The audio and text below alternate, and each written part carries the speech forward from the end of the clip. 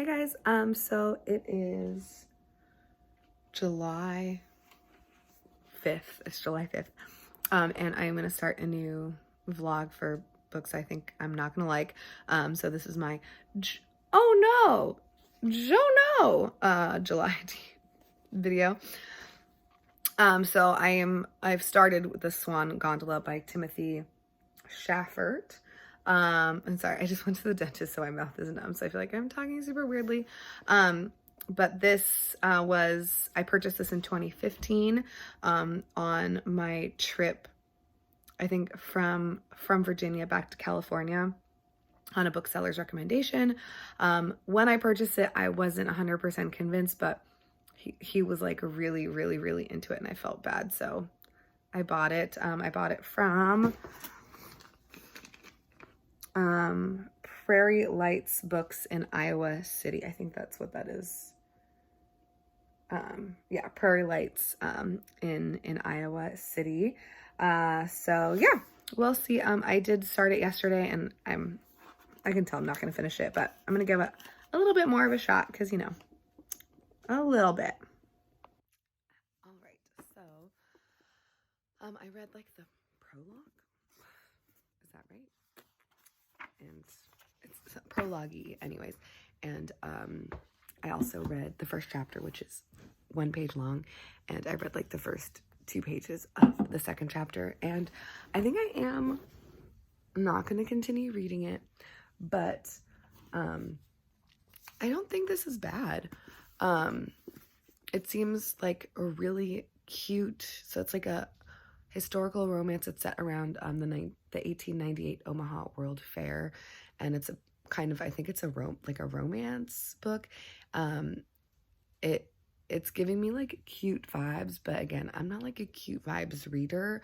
The writing is fine, and it actually also has like one of my favorite types of storytelling where the prologue is, so at the very beginning he lands on top of the house of 2 elderly women, and he lands in a hot air balloon that he stole from the World Fair, and then, like, you know, one of them finds a letter in his pocket and blah blah blah. So the story seems to be like it's going to be him telling these 2 women of like how he got there and like what happened, which is one of my favorite types of storytelling, where there's like a narrator who is giving us their perspective. I personally prefer it when they're like speaking directly to us, the audience. So like if it's, I don't know, I can't really think of, I mean, there's many examples, like, I mean, the Lena Fronte books, the Neapolitan series, what's it called, The Tunnel, just very, I feel like even maybe Lolita, I like it when that happens, but it's just like a really cute, like, I mean, even looking at this cover, does that cover look like something I would, sorry, it's like 5:50 and I have work, so I've set a million alarms, but anyway, so I feel like, again, just looking at this book, I can pretty much tell that this is not a book for me, because I do think in general I'm good at telling if a book is for me, and I think that the people that create cover designs and that market books, they know what they're doing, and so like this definitely would appeal to a certain person. I'm just not that person. I bought this book, I feel like I mentioned it already, so if I did, I'm gonna cut this out, but I bought this book, I did, at Prairie Lights Books in Iowa City in May of 2015. So this was on my way home from my nursing program when I was driving with my mom, and I purchased it on a bookseller's recommendation. And I think at that point, it's hard because before I joined BookTube, my favorite authors were Murakami and Vonnegut and Atwood. So like none of that is here. And the blurb on the front, it says, readers who enjoyed Sarah Gruen's Water for Elephants or Aaron Morgenstern's The Night Circus are likely to be captivated by the Swan Gondola. And based on like the vibes from the first little bit that I read, I do agree with that. I haven't read either of those books, but like just vibe wise, although I think that maybe The Night Circus is like a little bit more of a mystery. Maybe this has mystery elements to it. I don't know, because I'm good at DNF it.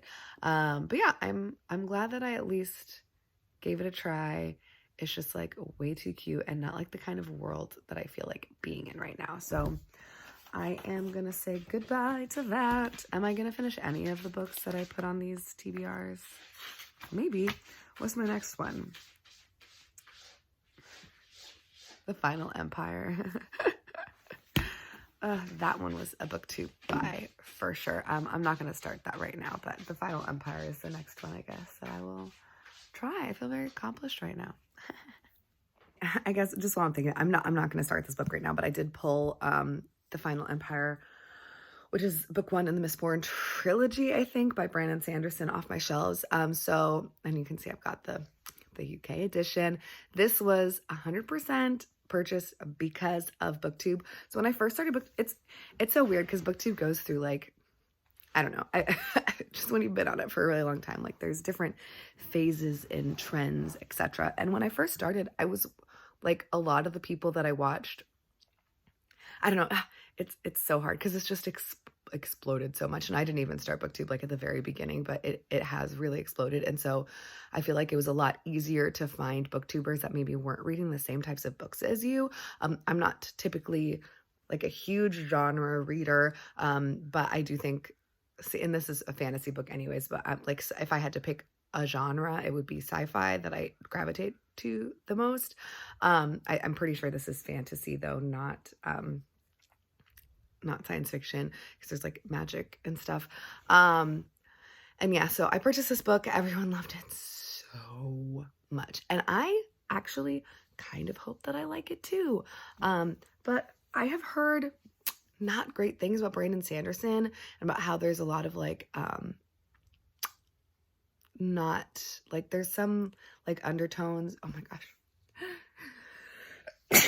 of like ableism and stuff in his books. And yeah, so I've heard that he doesn't have maybe the same values that I do as a human, which is the only reason why I've got it on this. Oh my gosh, why?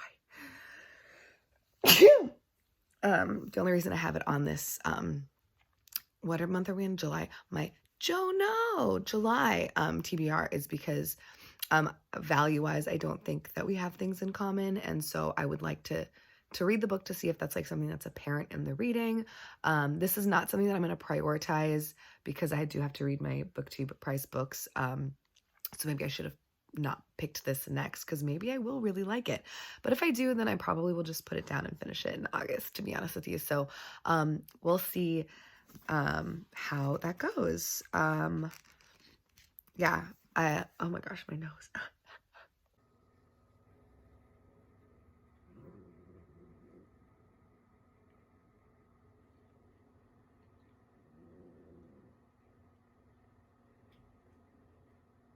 Babies, what are you guys doing?